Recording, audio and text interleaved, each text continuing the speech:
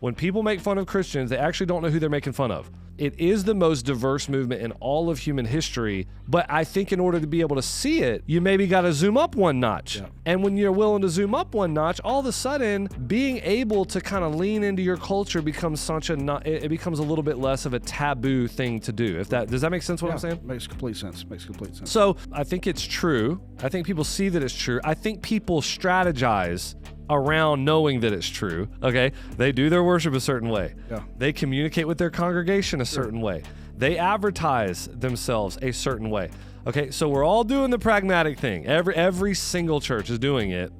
Some people do it well. And the only difference is if you feel icky about it or you don't feel icky about it. And that's the thing that allows people to go all the way in on it. Yes. Or they tend to skirt around it a little bit. It's very much like the growth conversation, and we've talked about this a lot. Man, if you have a divided heart, you can't go all the way in. Yeah. And I think it's the same thing here, man. If you start feeling some type of way about trying to name who your church is most suited to go after, and actually draw a picture of them in your mind of who that person is, if you can't do that on the front end, you will not be able to lean all the way into this whole thing about, man, who God is wiring up your church to be. And so we want to try to take the air out of that balloon a little bit here, you know?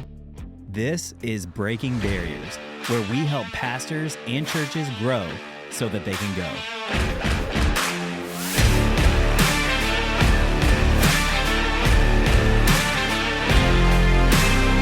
All right. Hey, guys. Welcome back to the Breaking Barriers podcast. My name is Pastor Andrew Hopper, and I'm here today with the white rhino himself. Albino rhino. Yeah, it's different. The albino rhino, Jonathan Yarborough. Man, today we're going to get into some stuff that we talked about a little bit at the Breaking Barriers conference. We didn't have time to go all the way in this. I could feel in the room as I began to talk about it, two simultaneous emotions people were having, okay? All right. Number one, they were totally drawn into what I was saying because I think there is an intuitive nature of it that you're just like, man, that's true. Okay. And the other part of it is it sort of swims against the current of where we've been missiologically for the last 20 years or whatever, and people are like, man, I don't know that I like that. Yeah. And of course, what I'm getting into today is your church has a brand. Uh-oh. Your church has a brand, man. There's a bunch of them that we're going to name. We're going to talk about some of them today. Here's the issue. Every church has a brand, but not every church is willing to own it and to live into it. And when you're reluctant to name it, to live into it, you will lose the power of it. I wanted to start with you, Yarborough. You had a very unique experience over the last couple of weeks that we were talking about today of seeing a very positive example of what it looks like to do your brand well. People think your brand is dependent on context. That is not true. Yeah. You can do any brand just about in any context. Yeah. What you got a chance to see with Collide Church in Yadkin County is a little bit of a big box brand, ascending brand, not just some modern brand, not dissimilar from us in a very rural place, but they know who they are. They know what they're trying to do. They've contextualized it well for that community, and they're pulling it off. Talk about that a little bit. Yeah, a lot of times when people say they want to contextualize that, what they mean is they can't do that kind of church. Like they couldn't do big box church in this kind of place because the context wouldn't allow it. Right. But, Nick Poindexter, who planted Collide Church down in Yadkinville, I think it's 10 years ago, he understands the people of Yadkin County because he's from there. Mm-hmm. So he gets them. He is one of them. So in a lot of ways, it's like, hey, I'm going to plant a church that's for people that are like me. Mm-hmm. So when he understands that and he gets, okay, I'm in a rural context. And so that means that the people that are coming in here they're not going to look like people that are in a big city. They're not going to have the same kind of interest. They're not going to be thinking about the same kinds of things that big city folks are thinking about. It also means they're going to be blue collar folks that are living in that county. And so he's going to make sure that he talks about things in a way that blue collar people can relate to. For example, so I had been working on the sermon that I was going to preach there. And I had all these examples that were in there about, the things that we're chasing after. And it was stuff like, bigger bank accounts and looking for the next investment opportunity and that kind of stuff. And when I found out from Nick that they had a blue collar church and what the people there were like, those things that we were chasing shifted to being like the bigger truck and the bigger gun safe. Right. That kind of stuff. Which probably really connected. Yeah. But the point is, You did not you, because you didn't plant the church. You did a good job with this with him. But Nick has not confused the contextualization conversation with the brand conversation. That's right. He has he has understood, this is my brand. This is the type of church we're going to run. And it's going to have, what does that mean? The trappings are going to be, there's going to be a certain type of music. We're going to be excited about multiplying services. We're going to be all about sending. We're going to do X, Y, Z. It's going to have a feel, a direction. Then we're going to contextualize the language and things that we use around that. But it does have a brand. And one of the things that I feel like, I have a suspicion about why this is. I think it's because of how deeply entrenched the diversity kind of conversation has gotten in the church at large in terms of our stream of church. I think that has something to do with it. But whenever we even begin to bring up brand of a church, I can feel walls just going up everywhere, because it's like, oh my gosh, we're going back to homogeneous principle, and it's only about reaching the people that, look like you and act like you and all that kind of stuff. It's actually not what we're saying. What we are saying, though, is that there are particular leanings that people have that are going to make them more attracted to certain types of churches. And those certain types of churches, I think, would do well to lean into those things for the sake of reaching the demographic that they feel like are going to naturally be inclined to come to their church. People don't like that. They want to act like every type of person is going to want to be involved in every type of church. And that is just not true. And you see it all around with these different brands. Man, why do you think, you've been around the game longer than I have, why do you think right now, when I begin to talk about, and sometimes it's even just the phrasing of brand, I'm really doing that to try to catch catch attention a little bit, but the idea of like, man, you have a certain ministry philosophy that it's packaged in a way that comes off, and you can categorize them. Mm-hmm. Big box is a brand. Diversity is a brand. I know people aren't going to like to hear that, but that is true. Helping the poor, House of Refuge, that's a brand. Right. Why do you think people might simultaneously say, okay, that is true. Look at how churches operate and look at how they run. Yeah. That is true what you're saying, but I don't like that. Mm-hmm. And I don't want, and I certainly, God forbid, am not going to lean into it, and create an avatar of the type of person that I think will come to my church and try to go after them, because that would be anathema. Why do you think that is? And I think the biggest hurdle to that, I don't maybe hurdle isn't the best word. When I hear these kinds of conversations, I think what people go to most often is, hey, that's not what heaven is going to look like. Heaven is going to be all people gathered together. And so people think we should try to create some sort of environment that looks like more like what heaven will look like. Right. I think that's some of what's going on in their heads. And in that, they fail to take the next logical step. Just a question: will there be multiple expressions of worship in heaven?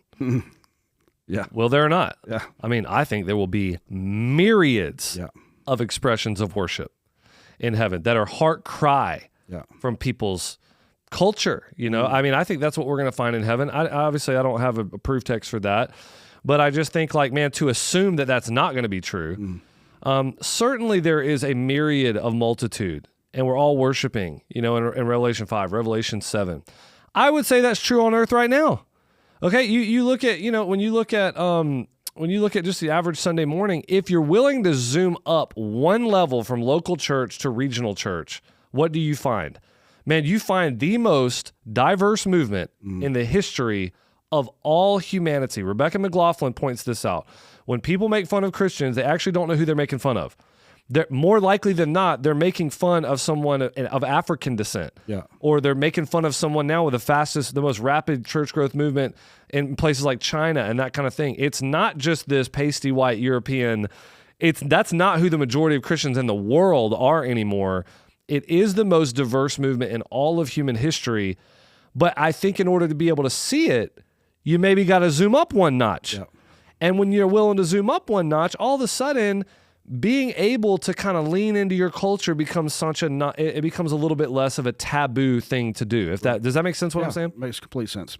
So I think that where we're at right now is, I think it's true. I think people see that it's true. I think people strategize around knowing that it's true. Okay. They do their worship a certain way. Yeah. They communicate with their congregation a certain way. They advertise themselves a certain way. Okay. So we're all doing the pragmatic thing. Every single church is doing it.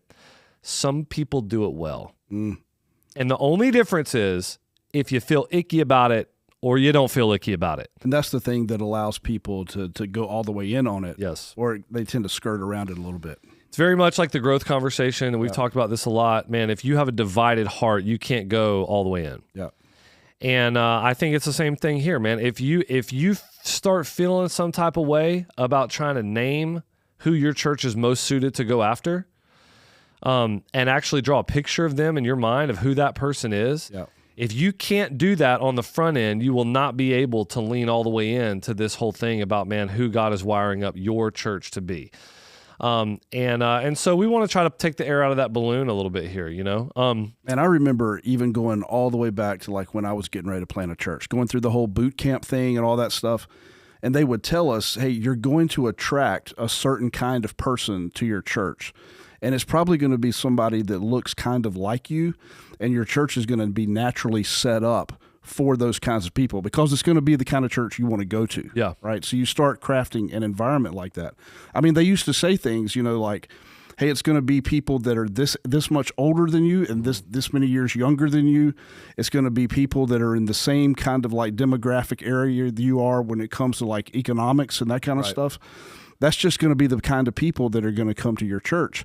And so you ought to just go ahead and lean into that. You're not going to be able to get people that are, I mean, you're going to get some, but the vast majority of the people aren't going to be that. The crazy thing is we hear that, and then it was like everybody was just going as hard as they could to not be that. The opposite way, Well, and I think what you're saying is exactly right. Most naturally, that's who your church is going to attract.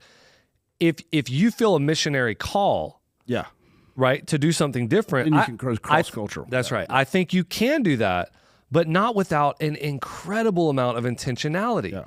And how can you have that intentionality if you're worried about you can't even create an avatar of who you think is going to come, right? Or what you want, or who you want to come. So, man, I think people could create churches that are going to reach all types of different demographics if they're intentional enough about it, but they're probably not going to do it totally simultaneously, right? What they're going to have to do is they're going to have to say, man, this is the demographic in some ways that we're going after. We're going to brand around, we're going to contextualize around, we're going to set this up to where I feel like I can do this well. Number one, that's more the branding thing. That's what Nick's doing. Yeah. Okay, rural community, you're doing big box, but it's like, man, I can do this well. Right. Then you contextualize it, I think. Now, you brought this up. I think it's worth just mentioning. I said, hey, you're already doing this. Every church is already doing this. Some just don't want to do it well because they feel icky about it, but you are already doing this. And you said the phrase, and I just want to reiterate it because it's just true. You know what your brand is by who you're already attracting. Right. In a lot of ways, right? Yeah. The people that are coming to whatever it is that you're putting on, they are the reflection of the people who are hungry for the recipe that you're cooking up. Right? Yep.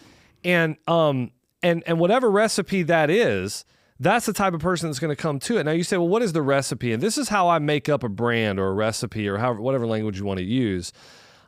It's nothing short of every single thing that you do, if this makes sense. Okay. Say more to that. It's every single thing that goes into making your church what it is. Okay. It's the preaching, the style of it. Okay. It's the way the building looks. It's the colors that you use. Yeah. It's the choices of songs that you have. It's the age of the people on stage. It's the feel. It's the smell. It's the location. Yeah. I mean, it's every single thing that your church is. You put all that stuff in a blender, you blend it up real good, and you serve it up in a smoothie. And the people that come running, that's who tells you who the brand is. And I can just hear it right now. People listening to this going, man, they're talking about creating a certain smell. That's actually true. Those guys over at Two Cities, they're really into the smell thing with your lobby. Let me ask you this. Yeah. So just a little bit of dialogue around this. Back in the old days, a term came out that I think people might confuse with what we're talking about here. and that is the Saddleback Sam character. Right. So how is what we're talking about like that, and maybe not like that? Well, I think that I think it's like it a lot, and I think that there people want to take punching bag, take shots at it and all that kind of stuff. One way that it may not be like that is one thing I'm saying is one way to look at it is to see who's already coming, rather than just creating an avatar in your mind that you want to go after. Instead of that, you sort of see who is coming to the recipe that is already getting served up. Yeah. And then I think what you can do is you have the opportunity to, it all starts with mindset. Once you can just acknowledge that not everybody in your city wants to come to your church. Yeah. As bad as you want the diversity of the city, they don't want to come. Mm-hmm. Okay? There are socioeconomic factors in that. Yeah. There are cultural background factors in that. Rural, city, different racial things, languages. I mean, you can say it like this. Most cultural backgrounds do not want to come to your church. Right. Most cities are incredibly diverse. There's got to be 100 languages spoken in Greensboro. Yeah. You see what I'm saying? Yeah, I do. Like most people are not going to come to your church in terms of the background that they're coming from, the socioeconomic thing that they're, background that they have. I mean, just all that stuff. But there is a slice of the demographic that wants to come. And whoever that is, I think that you have a really good opportunity to sort of double down and begin to serve things up that will make other people that are like them want to come in. But it only works if you work it, man. It only works if you're if you're able to kind of say out loud without feeling icky, hey, this is the type of church that reaches a certain type of people, and these are the people that are coming to our church. And are probably going to come to our church. Hey, can we talk just a little bit about what that process was like for us? Like how it was, how did we come about realizing, okay, who are the people that naturally want to come to Mercy Hill? Who are the people that we're attracting? How do we sort of create that avatar of what the person looks like? Well, I think that we, number one, I've said this 10 times already in this podcast. Every church is already doing this. Because you make decisions around strategy, and every decision attracts some people and excludes some people, and that is just a fact. So we did not have Mercy Hill, Marcy. I don't know what's a man's name with an M. Marciano. Okay, Mark. We did not have a Mercy Hill Mark. Okay, but. And every church, First Baptist, whatever, doesn't have a First Baptist, Frank. Yeah. I can go all day. But they actually do have it. They all have it. Yeah. And that's my point. So we did not have this on the front end. What we did was we did ministry right until COVID. So from 2012 to 2020, we did ministry without any kind of thought to this stuff. But we were doing it. Why? Because I'm a human, I'm making decisions. You're a human, you're making decisions. We are making decisions, whether salt, pepper, lemon, whatever is going in that recipe. We just didn't have a name for it. We didn't have a name for it. But every time we decide this many services, this song we're going to do, every time I do an illustration in a sermon. Yep. If I'm going to do an illustration about football and hog hunting, you don't think that immediately there's some good old boys that come running and other people are kind of... That's right. And so you're just naturally doing it. And then I'll let you talk about this. Then we went to it was crazy. We went to the conference. Yeah, we're all in this van driving down, and none of us really knew exactly what the conference was about. But Bobby had found this conference that was down at Seacoast Church, so we're all headed down there to like the Charleston area. This long drive, and Bobby just has his foot on the gas the whole time. He's just rolling. But we get there, and this conference is like about online church or something like that, which at that point we had pretty much decided, well, we're not going to do that. Right. So we're at a conference that's about the thing that we had just decided we weren't going to do. But while we were there, we met this guy that was at the conference. I think he was there to like do some consulting or something like. He didn't have a group from his church there. But he was from that church Crossroads up in Cincinnati. We went out and threw some axes with him that night and started asking him a whole bunch of questions. And what he did at Crossroads was he did a lot of the marketing stuff that they had up there. And he started talking to us about, hey, who is it that your church reaches? And he really pressed us. I mean, not just to say, where we had talked about people that had been inoculated with the gospel. We had that kind of language early on. Mm-hmm.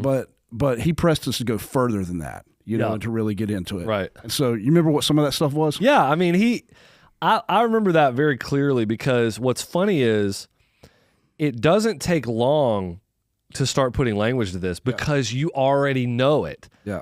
They're evident. They drip from your, I don't care if your church is 50 people in a rural community, 500 people in Charlotte, your church drips with the example of the people who like your church. Yeah. Right? You just what the difficulty is, even though you know it, you just got to kind of, you got to buy, you got to eat the whole sandwich. None of us even wanted to do it. Right. And I think the reason is because you think in naming it, you're excluding people, which is really not true. Yeah. You're going to have a lot of people that do not fit this that are in your church, and which is awesome. You know, there's going to be people that are attracted to your church different, but I don't care what church it is, you are going to find common threads of generally speaking, the types of people that want to go there. We figured out pretty fast, and I mean, this stuff just started flowing once we started talking about it. Man, Mercy Hill is going to reach people that have a blue collar heart but a white collar job. Yeah. And we started talking about first generation. Yeah, they we're going to reach the type of dude that goes to work as an eye doctor every day and spits a dip on his way home. Yeah. And drives a pickup truck. And definitely drives a 4-wheel drive. Yeah. You know, may not get it very dirty during the year, in all seriousness, but he's going to drive it. These are people that are first generation college educated. Yeah. All right, so they're grappling with new levels of economic success. They're trying to figure out what this means for their kids. They're very concerned with translating conservative theology and even maybe conservative values to their kids in a crazy world. And so they're constantly trying to figure out here's where they're at. Do I shield them or do I try to engage this crazy world with them? Yeah. This world is bat crazy, and I don't know how much I should be trying to shield them or try to engage with them. They're also leaders. They're already leaders. Absolutely. Yeah. They're leaders, and they feel this itch and this ache that their parents maybe didn't feel. For a lot of them, their parents were trying to figure out how to make it. Yeah.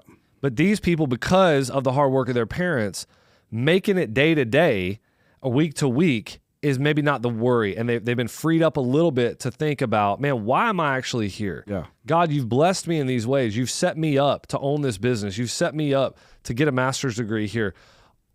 Okay, I know I'm made for more than possessions and promotions. My kids are made for more than straight A's in soccer. Dude, I was just getting ready to ask you for the line. How do I leverage? Yeah. I'm made for more, but what does that look like? Yeah. That paragraph that me and you just described, right? That's not every single person at Mercy Hill. But it's a whole bunch of them. It's a whole bunch of them, man. Yeah. And what's funny is, this is what's funny. People think that that in naming that, you're going anti-diversity.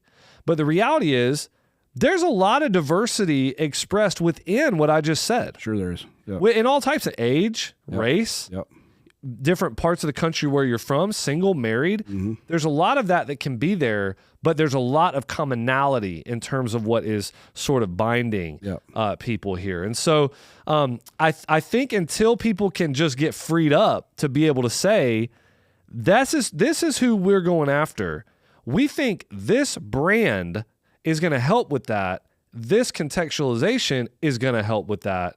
Man, until you can get to the place where you say those things out loud, I think you're just going to have a hard time. You're going to have a brand. People are going to come to it, but you're not going to do it intentionally, and you're not going to get the power that you could out of it. Hey, what do you think about talking about maybe what some of the other brands are? Yeah, so let's do that. Let's finish with that. Okay. So I think that we could do a lot around this, but I've just categorized a few of the brands that I see in our community in the Triad. Triad's 1 million people, and this certainly isn't all of them. No, this is not all of them, but I think there are some here that is worth talking about. And so let's just dive into some of these brands. And here's the thing: we've seen these brands work in all different types of. It's like they'll work if you work it. I mean, it rises and falls on leadership. It's not just the one type of church. That's right. It just rises and falls on who's in the head chair and who's at who are the leaders, I should say, and how are they leading. So, I think some common brands that attract different people that are attracted to that brand are going to be, number one, I wrote down small town.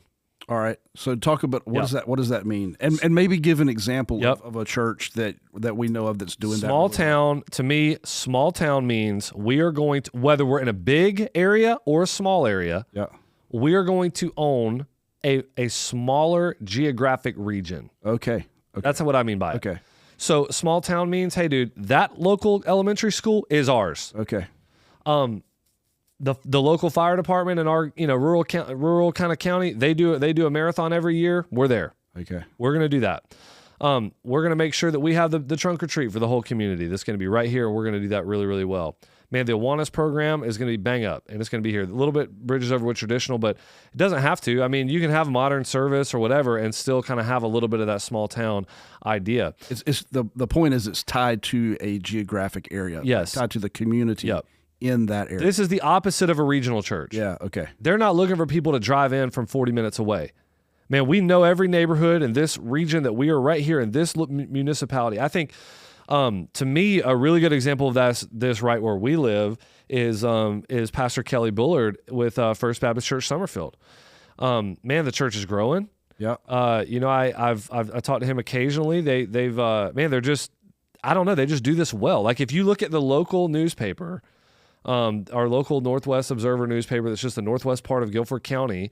There's constantly things that are tied to First Baptist Summerfield that are in that because of how well they serve the community, because of how they want to invite that particular community in. Man, they're their age-based ministry guy, he is going to be at Summerfield Recreational Facility for the ball games 2-3 nights a week. Yeah. He knows where the community is. He knows where they're going to be. That's where he's going to be.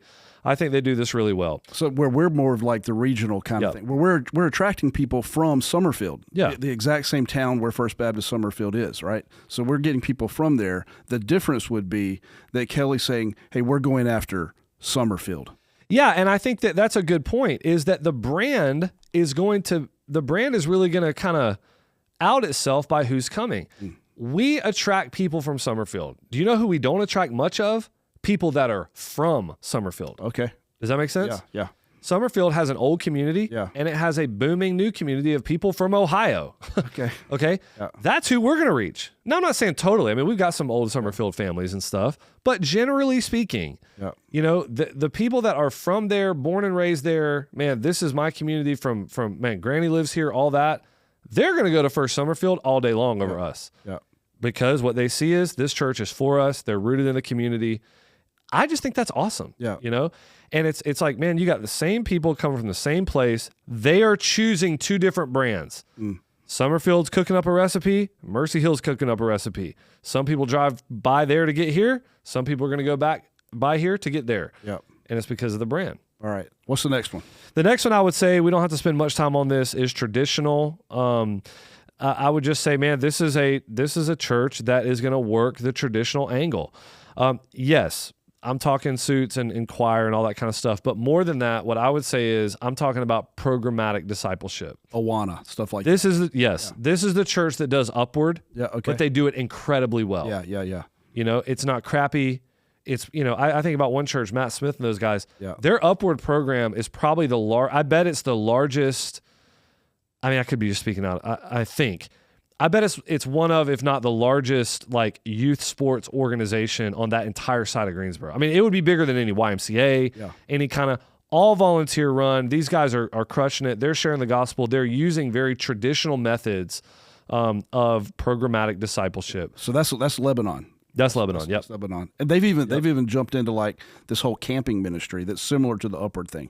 So highly programmatic, but they're using all of that to reach people, and they're doing it exceptionally well. Yeah, so I would say another one is, just for sake of time here, is big box.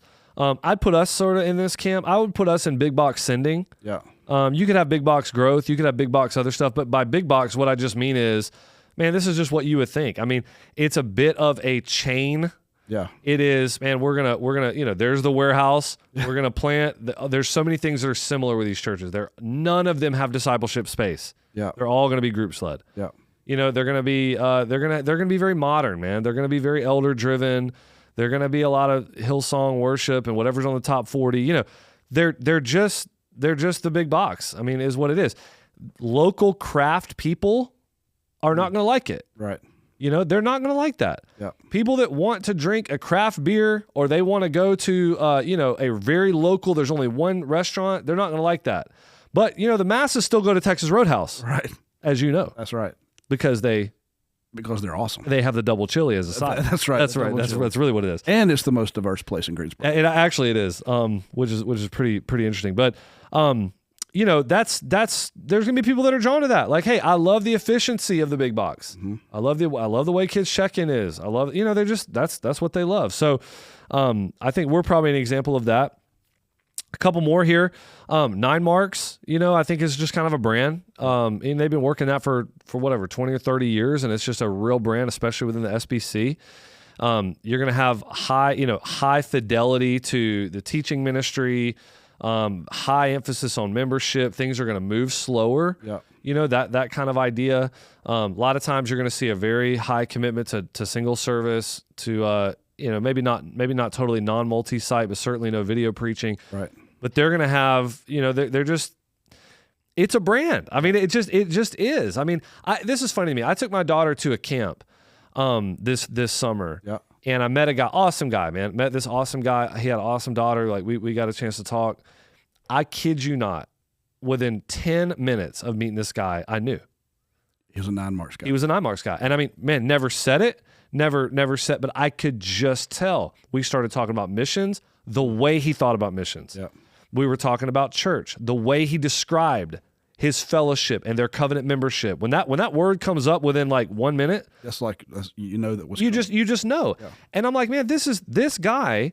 I could serve up my recipe, but you know what? He's going to drive past that to go to that recipe. He's wired that way. Mm-hmm. He's wired that way. There's something in his strengths finders metrics. There's something in his gifting that makes him more comfortable in a situation like that, which is awesome. And it's like, hey man, find your brand, lean into it. You know, I said this earlier. I know we got to keep moving here. I said this earlier that I think can ruffle some people, but diversity is a brand. Yeah, because it's a bit of a facade. All right. What I mean by that is, when people begin to say, man, we want our church to reflect the city, they don't actually think about what that means when you're talking about a city who has 100 languages represented. Mm. You understand what I'm getting at? Yeah. So no matter the most diverse church you've ever seen in your life is still the slightest microcosm. I mean, it is a tiny slice of the actual diversity that is in a city. That's right. Normally when people say we want to be diverse, they just mean we don't want to all be white. Yeah. Right, is generally... It's not like you've got services going on with 100 different languages. Yeah, or even for 100 different... Even if they're all in English, they're intentionally designed. Yeah. I mean, nobody, to reach all these different cultural backgrounds. The world, and this is by God's design, I think this is why there's going to be such a myriad of worship expressions in heaven. The world is so much more diverse in actuality than the way that we talk about it on the conference circuit. Yeah, definitely. I mean, we talk about diversity as if, man, if you just have a percentage of non-white people, then you're... And it's like, dude, the actual diversity in your city.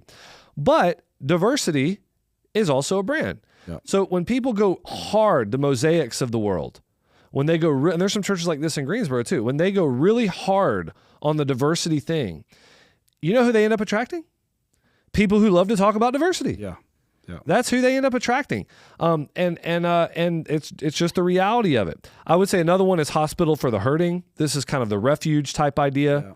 Yeah. They attract people that are hurting. They also attract people that want to help the people that are hurting. They're probably going to do things like celebrate recovery. Yeah, for sure. They're going to do things like soup kitchens for people. Yep. They're going to do church at the bridge, under the bridge on a Saturday night.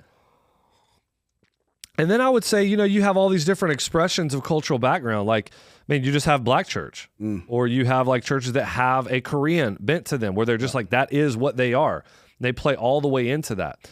I would just say, as we kind of wrap this up, the biggest thing I think that we wanted to try to get across today is, and we could do 100 more brands, right? Sure. The thing we want to say today is, there is power, I think, in seeing the recipe that you can best serve up and going after that. Yeah. And I don't think you got to feel icky about it. And I do know that some of the church growth stuff with the homogeneous principle, when you go back in the literature, can feel kind of icky to people. But every church is doing this. Some do it really well.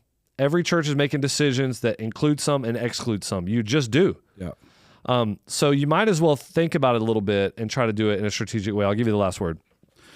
Well, I was actually just going to fire another question. Oh man, okay. I just had this thought. Yeah.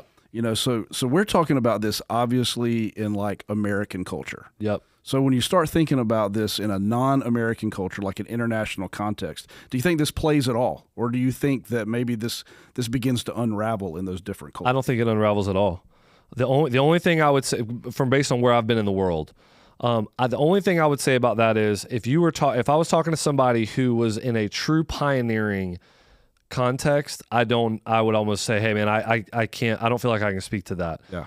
But places that I've been in the world like Peru or the Dominican Republic, even places I've been in the world that are across, I've been to Indonesia, I've been to Thailand, I've been to different places. If there was much of a reached population there, I feel like what I'm saying absolutely comes to play. And I mean, it's just true, man. Like I've talked to our missionaries in South Asia, and it's so funny. Places where the faith has kind of taken root and taken off for a few decades, there are just absolutely churches that do a better job at reaching people that are in a higher class. Yeah. And churches that do better reaching others in a lower class. I mean, so I think that what we're saying is right. Every church is serving up a recipe. Hey guys, man, we want to go ahead and get out of here with this one. Check out our private Facebook group. That's the best place to engage with us and be able to throw out ideas and see people kind of start pinging stuff back and forth. So if you're into this kind of content and you want to see your church grow so that it can go, then you can check that out. We'll see you next time.